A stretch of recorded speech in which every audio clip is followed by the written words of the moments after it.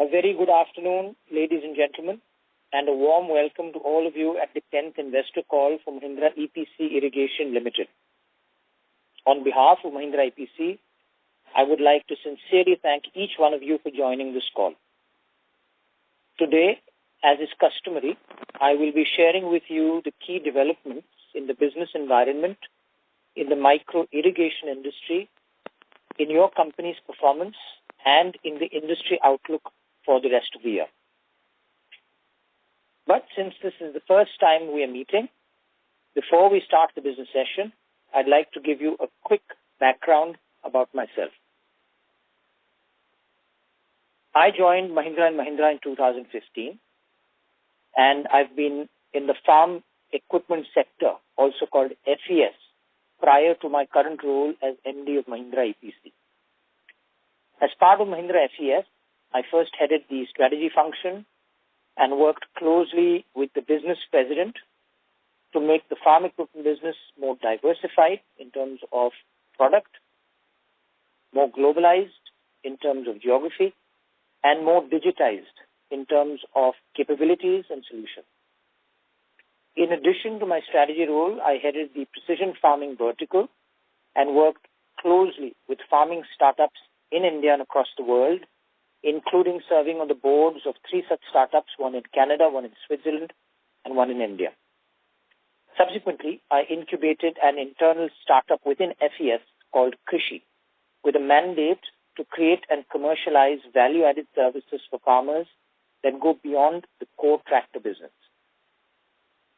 That, in fact, led to the creation and commercialization of services such as technique plots, Krishi apps, and IoT-enabled Krishi smart kits for farmers, all of which are operating at scale within FES. As a result of this, I worked very closely at the grassroots level with farmers, with dealers, with multiple stakeholders across the country, an experience I have thoroughly enjoyed. I have also been part of several CII and FICCI committees as a national level member along the way. Prior to joining M&M, I worked for Unilever in the European foods business for several years in marketing leadership positions, and subsequently I worked for a boutique strategy consultancy in London, helping FTSE 100 and Fortune 500 companies grow their businesses through innovative value propositions and differentiated business models. As you can probably tell, I'm passionate about the farming industry and very enthusiastic about my new role as MD of Mahindra EPC, and I very much look forward to driving long-term growth and margins for your company. Thank you. Moving on now to the business session, let me start with an overview of the micro irrigation industry in India. As per FICCI, the median growth forecast for agriculture and allied activities is projected to be 2.7% for the year 2023-24, which is on top of 3.3% growth in the previous year. The El Nino effect has had an impact on the spatial distribution of rainfall this monsoon season, but even with this, the agriculture sector will remain a major contributor to overall GDP. As we know, the most critical resource for agriculture is water. The agriculture sector accounts for 70% of fresh water withdrawals as per World Resources Institute, whereas as per Central Water Commission in India, the figure rises to a whopping 80% for the agriculture sector, with just 7% for industries and power generation, 6% for domestic use, and 7% for other use. Further, the water requirement by 2050 shall be 1,180 billion cubic meters, BCM, whereas the total availability of water in the country from all available sources is going to be lower than this projected demand at 1,123 BCM. That means we are staring at a shortage of approximately 57 billion cubic meters in 2050. Thus, the growth of the Indian economy in general and agriculture specifically will remain a challenge without micro-irrigation. Micro-irrigation addresses issues such as water use efficiency, productivity improvement, and farmer income, which aligns very well with the Honorable Prime Minister's vision for doubling farmer income. Over the last few decades, continued irrigation through traditional practices has begun to show its ill effects on groundwater quality, groundwater availability, soil health, crop productivity, and the cost economics of farm practices. This calls for surface water use efficiency improvement as well, which is incomplete without on-farm water management. And this makes micro-irrigation critical, which currently has only about 15% penetration out of a 70 billion hectare potential. Lots of upside. Recognizing the importance of micro-irrigation and its ability to improve productivity, the Government of India identifies micro-irrigation as a key tool to double farmer income. Though this is very encouraging, the funding also requires state governments, and this is equally important. As a major part of the subsidy is controlled by the state, various critical aspects of the scheme, such as pricing decisions, are taken by state governments, and the Government of India issues guidelines and defines boundary conditions such as unit cost norms. Let me now move on to Mahindra EPC. Coming to Mahindra EPC now, Mahindra EPC Irrigation Limited, as you know, is one of the pioneers of micro-irrigation in India. Mahindra EPC is a part of the Mahindra agriculture sector and carries the legacy of the highly respected and diverse Mahindra Group. In a recent internal change, the micro-irrigation business has moved under the farm equipment sector of Mahindra and Mahindra Limited to have better support through various synergies. And having worked in the farm equipment sector myself, I see various front and back end opportunities we can explore. Since 1986, Mahindra EPC has been enabling farmers to rise through sustainable precision farming solutions in the space of micro-irrigation, water management, automation, and community irrigation. We believe the farmers are one of the most vulnerable communities of our society, and we work with this community to demonstrate the practical and achievable benefits of these techniques. We work for driving positive change in the lives of our community, and we believe that only when we enable others to rise, will we rise. Sustainability, as you know, is one of the world's biggest challenges, it seems today, and it is also an industry in itself. At Mahindra EPC, we understand how important micro-irrigation is in order to make Indian agriculture more sustainable.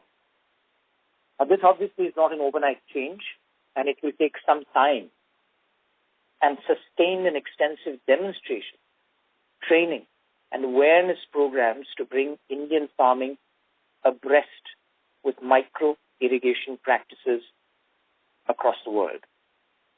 We have always focused as Mahindra EPC on customer satisfaction, and we have always strived to provide the latest technology in water management for various agriculture applications. Let me move on to a micro-irrigation industry view. Let me start by sharing some specific details regarding the developments in the micro-irrigation industry.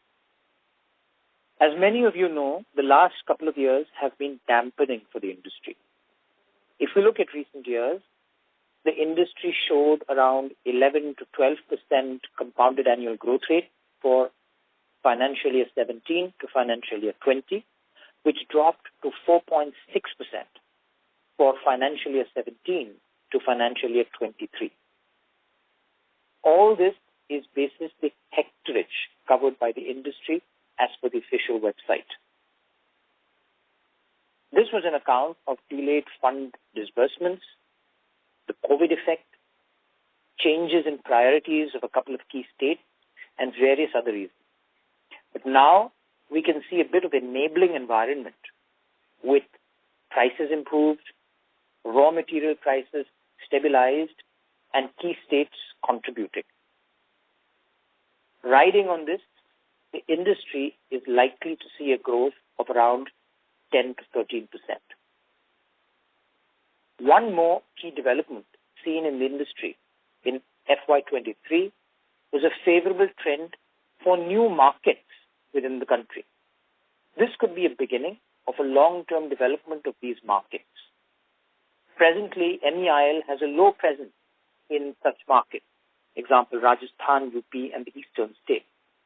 As per industry coverage data published, in the MEIL represented states, the industry in FY23 declined by 7%, whereas in the other states, the industry grew by 50%. And that industry amounts to some 35% of the total national industry. This, no doubt, has led to MEIL initiating strengthening activities in states in the north and the east, such as UP, Rajasthan, West Bengal, and Bihar. Presently, the positives that we see in the industry are softer raw material prices, some states like Gujarat pushing for growth and making good use of Atal Bhu Jal Yojana, some states like Karnataka getting active from December onwards, Tamil Nadu issuing work orders at a regular pace, and the industry in markets, as I mentioned, UP and Rajasthan, showing a positive trend. But just as we see the positives, we also anticipate some challenges. Challenges on account of some states not releasing or delaying their subsidy payments, operational issues in various states as they get into a routine with RKVY. Prices of Brent crude, which after a fair stint below the USD 80 range have started climbing up. And also the likely enforcement of the Model Code of Conduct in March with the general elections of 2024 around the corner. While all this is happening, the Government of India is also likely to look at improving the use efficiency of surface water, and thus it may come up with projects on developing clusters, pressurized pipe systems for water conveyance, etc. This may indeed open opportunities for irrigation projects subject to viability in the future. After briefly understanding the industry, let me now come to the MEIL performance. In financial year 24, the company saw positive movement in revenue as well as PBT. This was the result of work done on identified strategic levers, larger industry markets such as Andhra Pradesh getting active and revival of operations in Tamil Nadu, besides the support of external positive factors, as I mentioned before, such as the softer raw material prices and price revisions received in financial year 23. The company also faced challenges on account of delayed disbursement in certain states, on account of fund availability at their end, changing priorities of the state, and procedural delays on account of the shift of the PDMC, per drop more crop, the micro irrigation project of Government of India, to RKVY, Rashtriya Krishi Vikas Yojana. Learning from previous industry trends, the company decided to strengthen its presence in markets such as UP, Rajasthan, and Bihar, where we were present in the open market. This quarter onwards, we have started operating in the subsidy market of these states as well. The company has just entered the state of West Bengal, where we feel there could be a good future. Some of the strategic levers mentioned in prior conversations include improving the non-subsidy business. To report, two parts of the non-subsidy business, thin wall revenue, has improved by 52.7% over the previous quarter and 11% YTD December. Also, open market non-subsidy business has improved by 14.6% over Q3 F23 and 13.1% YTD December.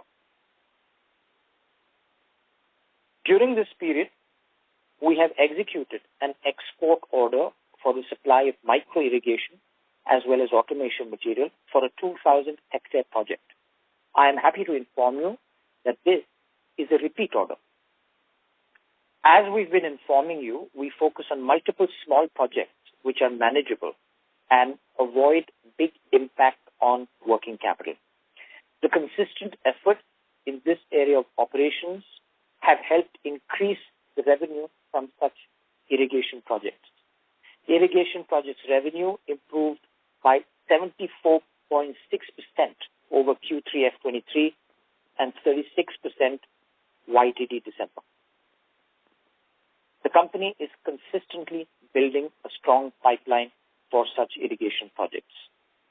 Overall contribution of all these non-subsidy activities has resulted in an increase of the non-subsidy revenue to 24.2% for YTD December F24, whereas it only had a share of 2% of the total revenue in financial year 20. It has always been our endeavor to improve our product mix towards drip irrigation system. We have been able to improve this product mix by around 4% for the period YTD December 24 compared to the same period last year. As regards the challenges, slow pace of collections in various markets have impacted the cash. However, debtor days are retained below previous year, same quarter, as well as previous year March level.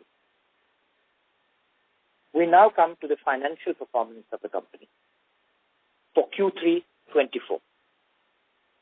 In Q3 24, the top line grew by 22% versus the same period previous year. This was an account of increase in non-subsidy sales, improved revenue from Gujarat, Tamil Nadu, Andhra Pradesh and Karnataka, as well as exports. The unseasonal rains and hailstorm towards November end and early December, combined with delayed subsidy disbursements, led to a decline in Maharashtra revenue in the peak season period. From a profit perspective, for Q3 F24, the contribution went up by 8.4%, riding on favorable material cost. The reduction in the material cost was an outcome of softer raw material prices, but also better negotiations and strategic buying, including imports, as well as improved product mix and improved state mix. The variable costs saw an increase on account of commissions and freight as the revenue contributions from project markets increased to 49.4% versus 37.7% of Q3 F23. Further, the site variable expenses went up on account of higher business from irrigation projects.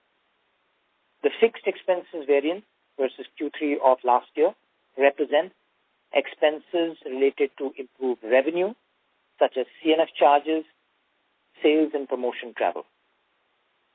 The cash flow for the quarter was positive.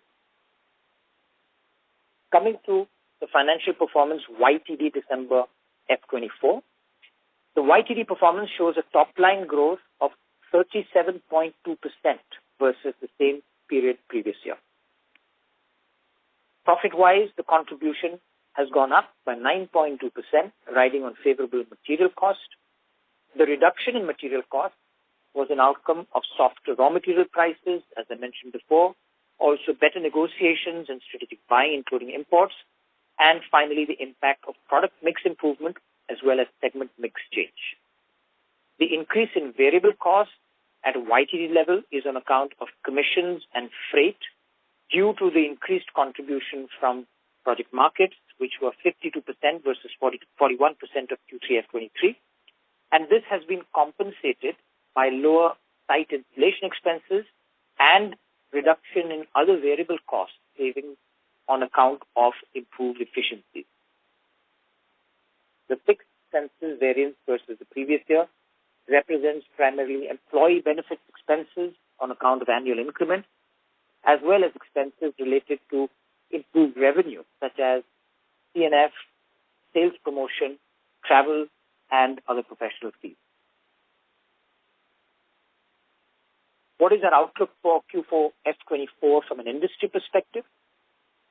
The industry has shown growth so far in this financial year, but as all of you know, the General Election Model Code of Conduct is likely to be declared sometime soon, maybe in March.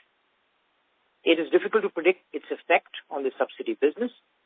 Still, in all fair estimates, the industry may achieve its Q4 F23 levels anyway.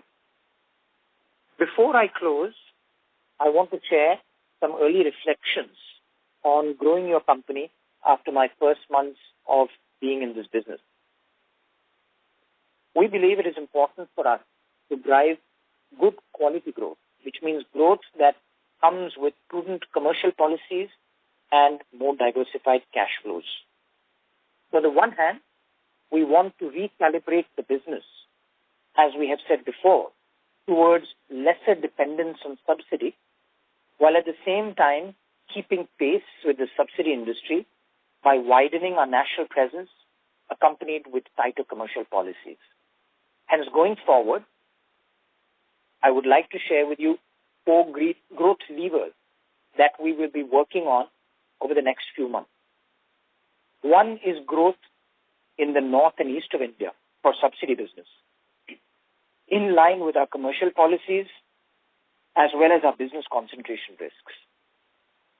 2 is a focus on non-subsidy segments, including institutions, open market, FPOs, exports, and irrigation projects. Looking at the non-subsidy segment in this way throws open many new opportunities which today remain unexplored, and so we anticipate expansion in this area. 3 is leveraging benefits from the M&M group. I come from the tractor business, and there are synergies that I can see from the front and back end which can benefit your company. 4 is digitization. Precision irrigation solutions are getting more adopted in other parts of the world, and as a team, we believe there is a good opportunity for your company to create a differentiated India-first solution. We will also look at how to use digitization to increase efficiency.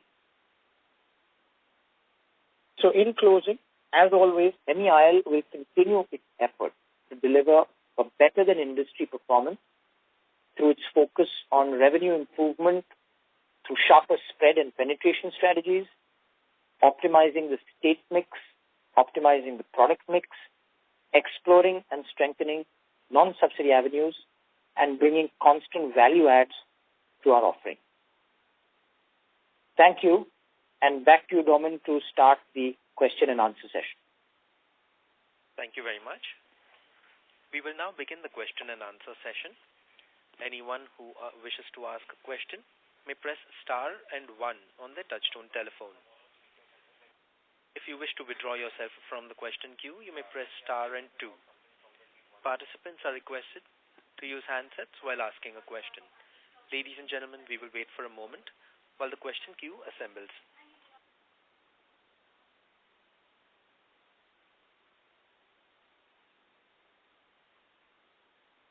The first question is from the line of Akshat Bhardwaj, an individual investor. Please go ahead. Hello, am I audible? Yes, you're audible. Hello. Please go ahead. Yeah, so I have 3 questions.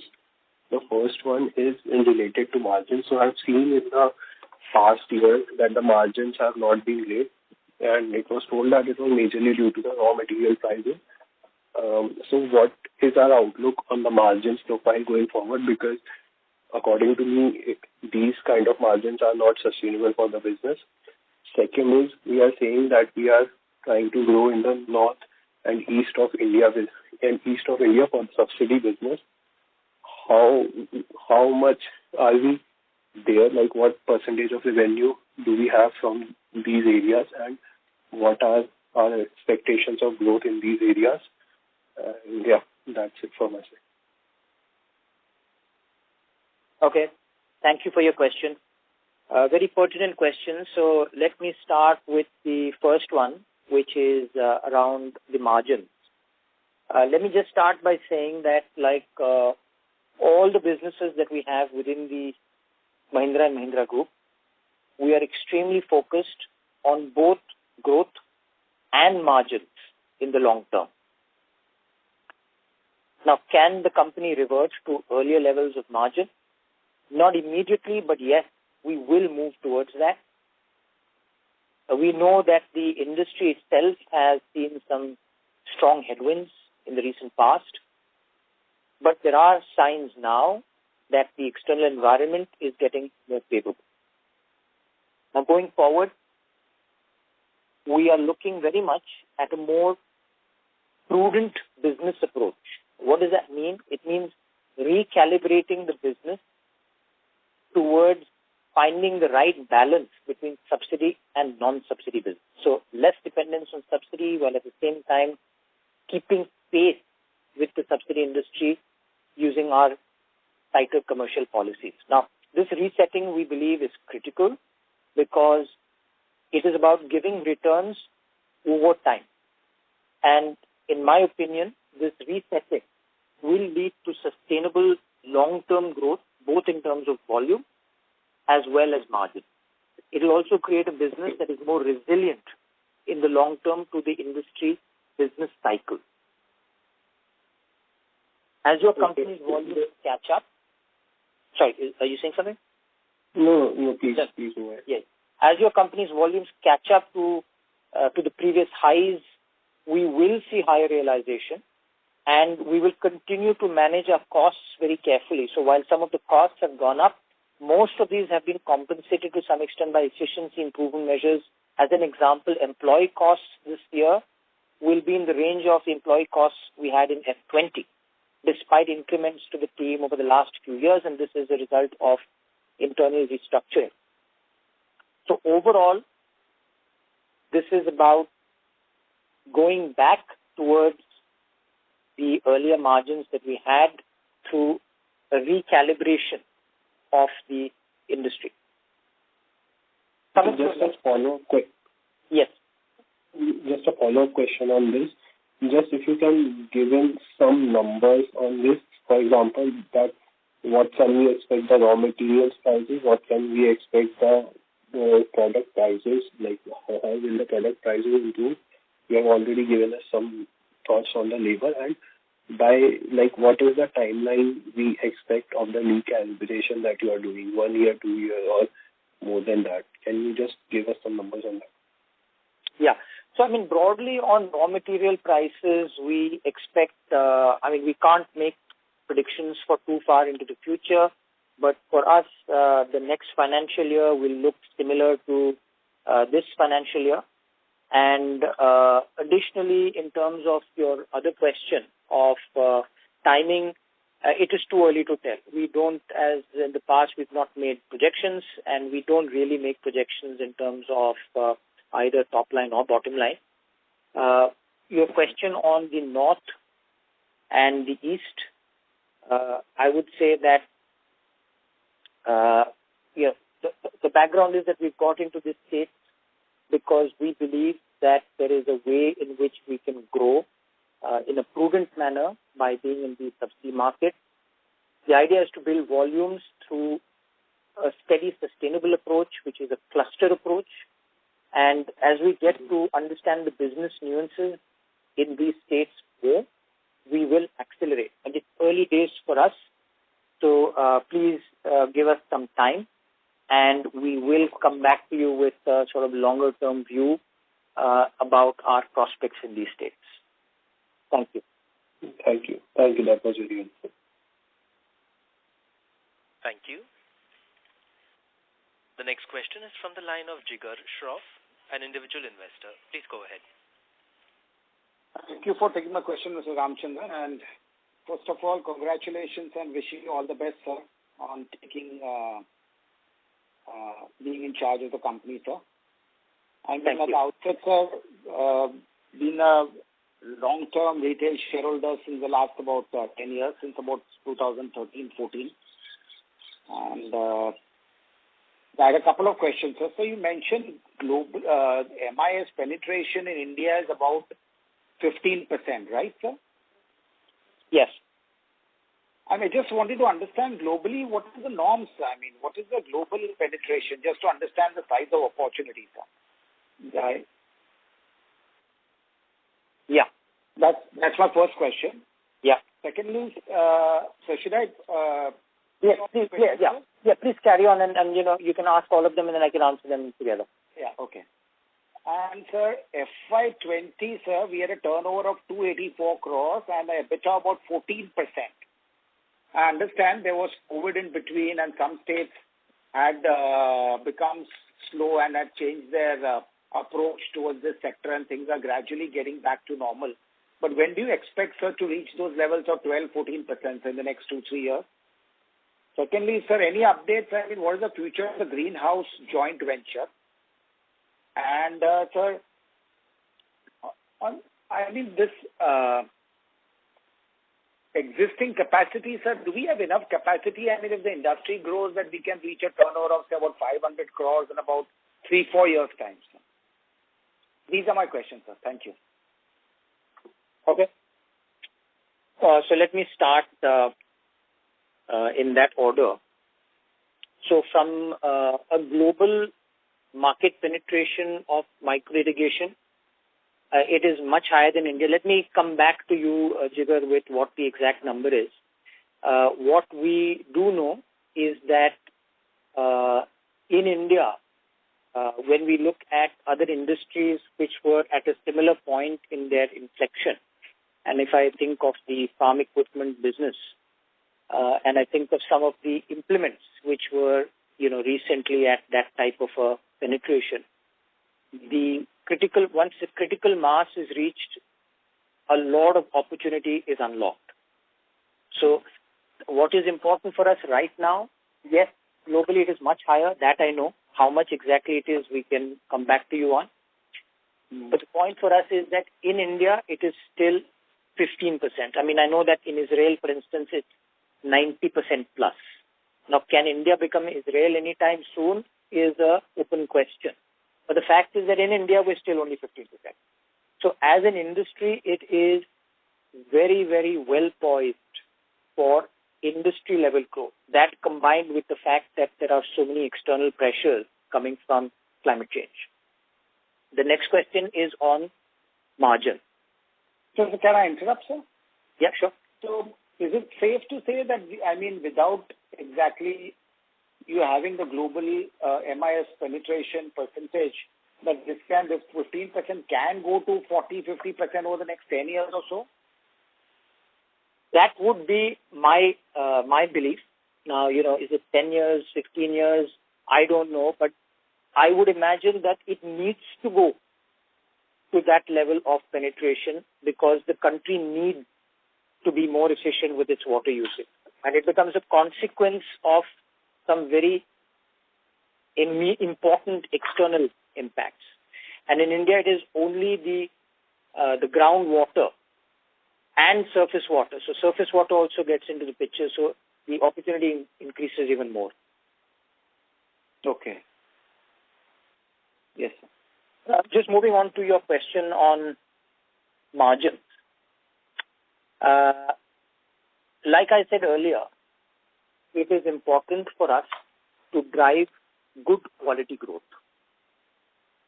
Now, what we mean by that is growth that comes with characteristics which are around working capital, characteristics which come with pricing flexibility, characteristics which come with a certain level of predictability.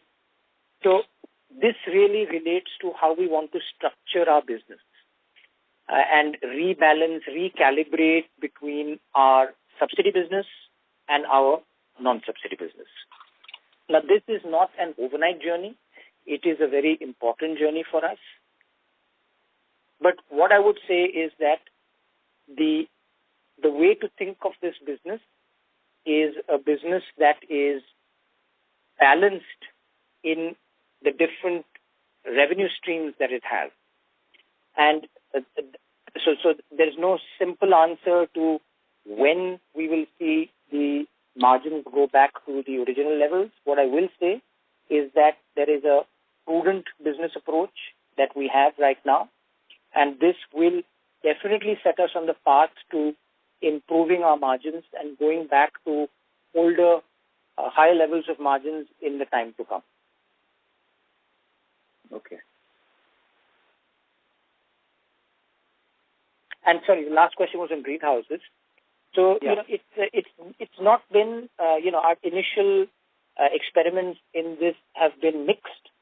We are continuing to focus on the non-subsidy affordable solutions, as part of which we've developed this 100 to 400 square meter net house solutions, which are both for regular requirements as well as nursery requirements.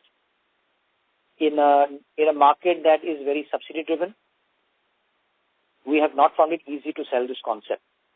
But we have gone back to the drawing board, and now we have some proven concepts that we believe can give a sustained income to the farmer. So quite soon we're going to come up with a go-to-market strategy for this new product. Okay. And so if I may ask, what is the reason for this huge increase in other expenses, sir, in this quarter? From 17 odd crores YOY to about 24, 25 crores? Yeah, so, like I mentioned, it is a combination of both the fixed expenses as well as the variable expenses.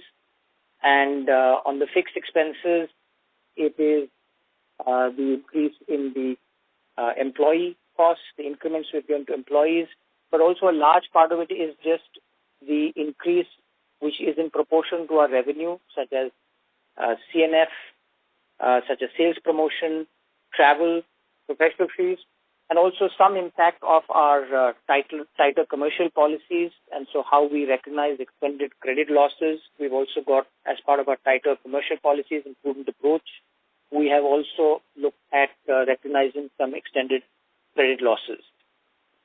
Okay. So when do you expect, sir, you think from FY25 onwards, sir, we should see a gradual improvement, sir, in the top line with all these measures, top line, and gradually, because at the moment the margins are barely 5%, gradually going up to 7, 8, 10% over the next 2-3 years, sir, would you say, with all these measures that we are talking of? Yeah, so see, we are positive. You've probably sensed that we are positive about the future, and our positivity comes from both external factors as well as internal factors. And the external factors are that the environment seems to be moving towards becoming more favorable. The internal factors are that we are in the process of recalibrating our business to make the cash flows more predictable. And this is not, like I said, something that is overnight. It is going to take time. It's too early for us to put a date to it, but we do know, we are confident that a combination of the external factors as well as the strategy that we are undertaking puts us on the right path. So is exports a thrust area, sir? What would be the exports, in this turnover of, for 9 months of 190 crores, how much would be exports, sir? About 7 crores is export, and it is an area that we will be looking at. So, like I highlighted in my growth levers, it is an important part of the non-subsidy space, and it is an area that we are looking at. It is one of the areas that potentially the synergy with the tractor business offers, and, so more on that as we build a more detailed plan on it. And the margins are better, sir, in the export business? They are comparable with what we earn in the core business, so definitely not a dampener. And the project business, sir, that would also be a key focus area? Yeah, so like we said, the irrigation project business, we have a certain approach which we don't intend to change, and that is to go after projects which are small, medium-sized projects. And with our tighter commercial policy, we will be very, very careful about which ones we sign up for and which ones we don't. Can you explain a bit, sir, about what is the nature of this project business, or what exactly are these projects? When you say projects, do you mean the irrigations projects business or the general work order business? I mean both, sir. Both, yeah. So the irrigations project business, as you know, is smaller community irrigation projects. They also are projects like the Narmada Valley project in the larger states. So these are what we call the irrigation projects. Okay. Should be like the work order project. Sorry. Canals. It would be like building canals and. No, that is not part of this.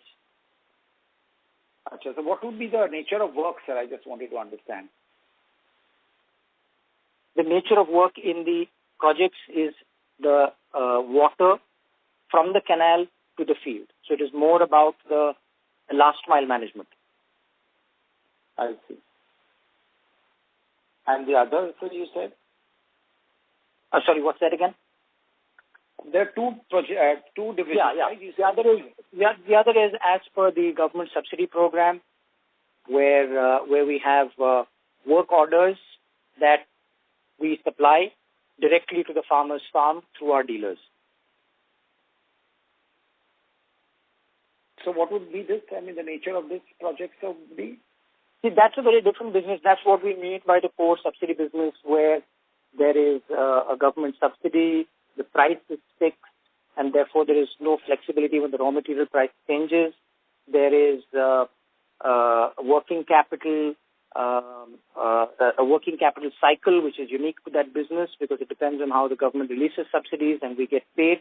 But at the same time, it is a large space and it is a very important space for our business and will continue to be an important state for our business. So this would also be this project business will also be supplying drip irrigation systems for this government subsidy program? That's right. That's right. It's very much about supplying drip irrigation systems. So we want to focus on the other one, the irrigation project, which is non-subsidy related, right? That will be a part of non-subsidy business, and it won't be the only segment. It is one part, but it has many other segments, like I mentioned. The non-subsidy segment also includes exports. It also includes the open market. It also includes institutions, FPOs. So it's a very interesting space for us to look at more holistically, which is what we're going to do. So, I mean, just a hypothetical question, say after the elections, if demand really shoots up, we have enough capacity, right? The capacity is never going to be a constraint. Yeah. So, Jigar, you had asked a question about capacity. So, I'm going to answer that, and then I will have to move it on. We are getting to the 5:15, and, others also have questions. Sure.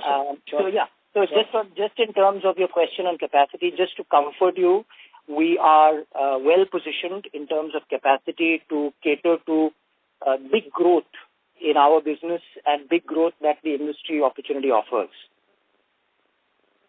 Thank you. Thank you, sir. All the best. My pleasure. Thank you.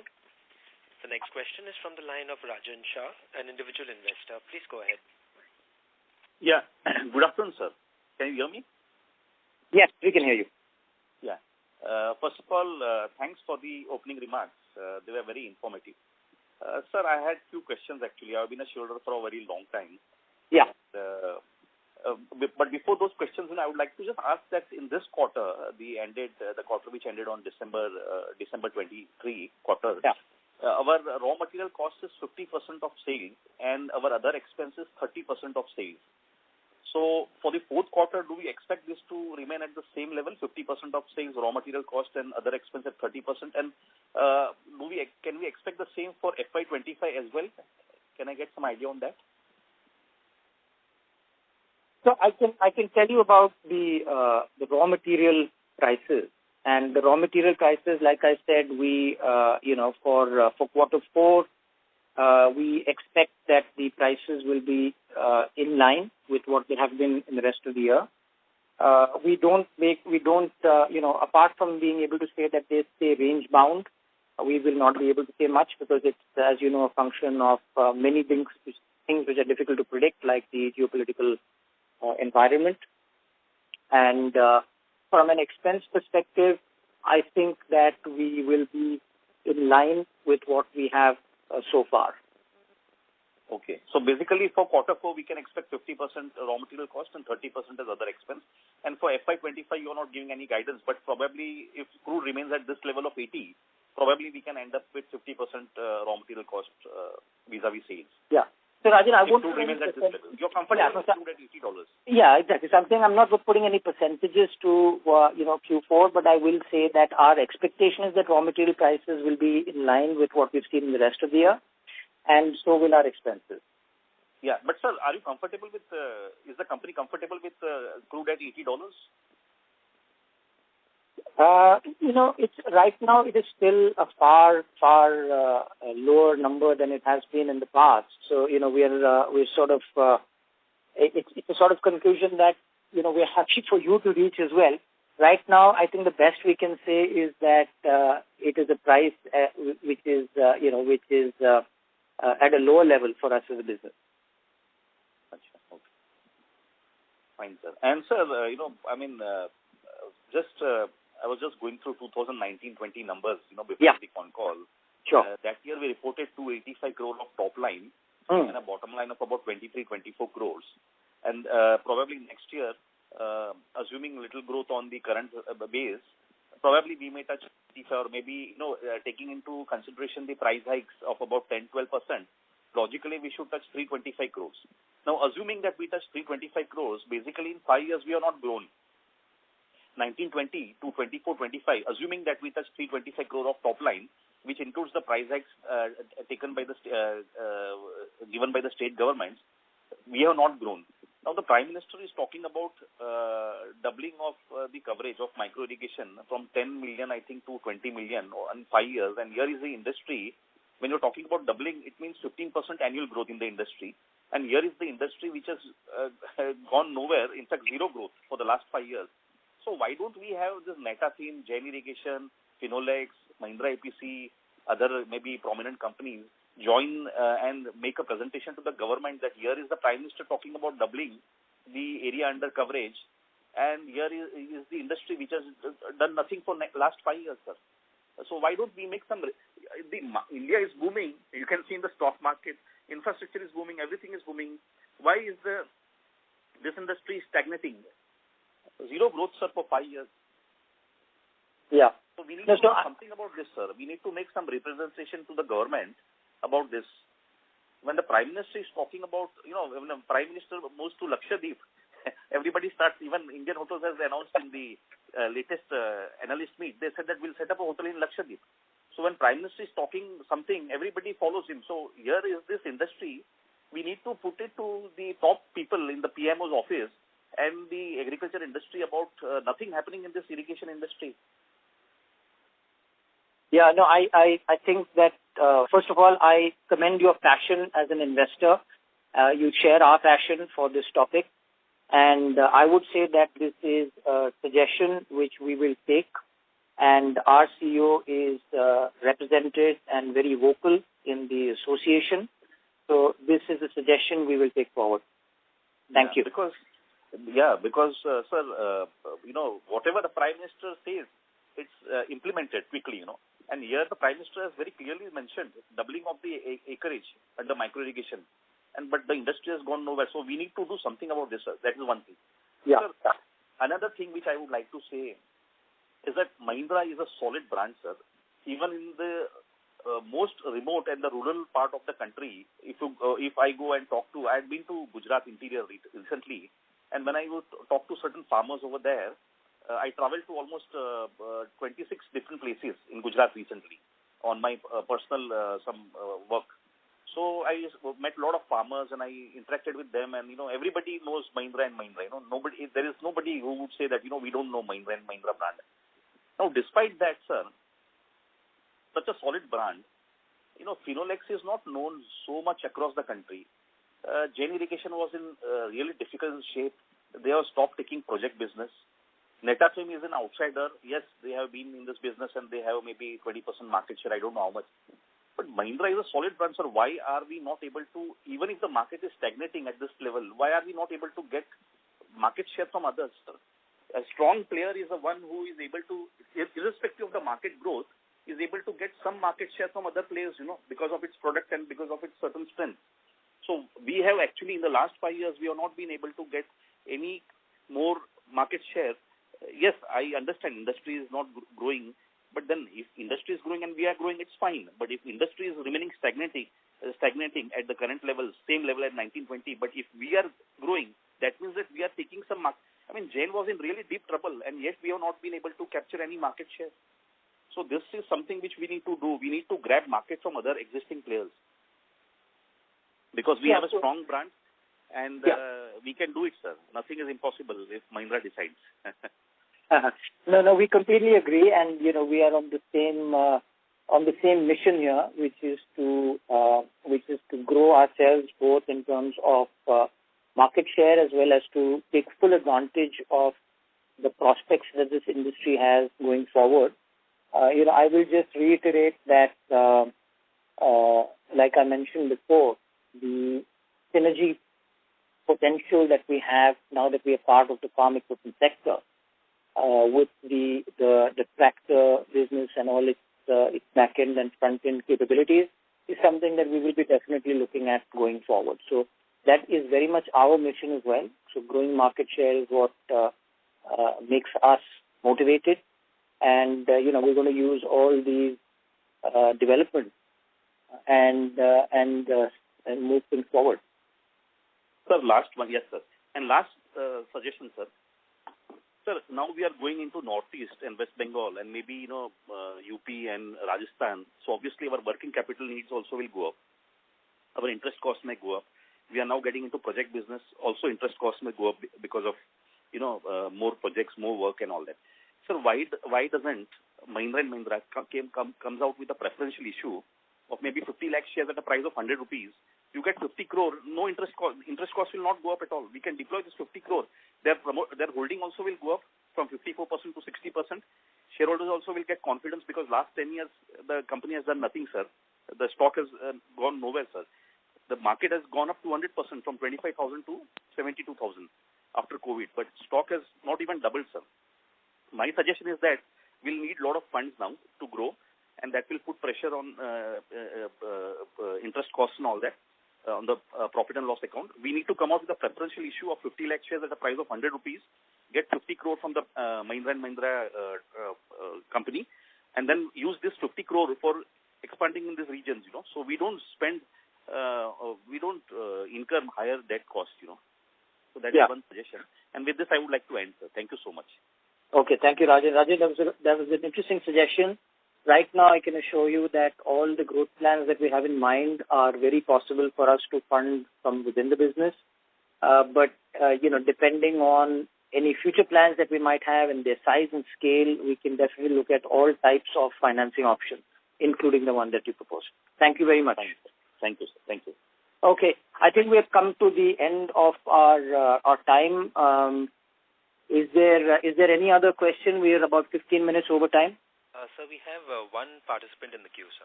Okay, let's go for that question, and then after that we can stop. The question is from Milan Shah from Urmil Research Consultancy. Please go ahead. Okay. Milan Shah, the line for you has been unmuted. You may proceed with your question. Hello. Hi, Milan. Hello. Can you hear me, sir? Hello, your voice is a little faint. Can you please just speak a little louder? Hello, can you hear me, sir? Yes, we can hear you now. Yeah. Okay. Sir, first of all, congratulations, because we are very patient since last 10 years, but we have a hope that Ramesh sir is going to change. Because of when you have joined the company, and we see the website is changed since last 10 years. So, very congratulations. And my request, sir, can you make any presentation before Concall after every quarter result is completed? Sorry, can you just repeat that? Oh, can you make a presentation after the quarter result and before the Concall so many investors can study the company's profile? And we have a very confident that you can make the company very high because we are a patient for last 10 years.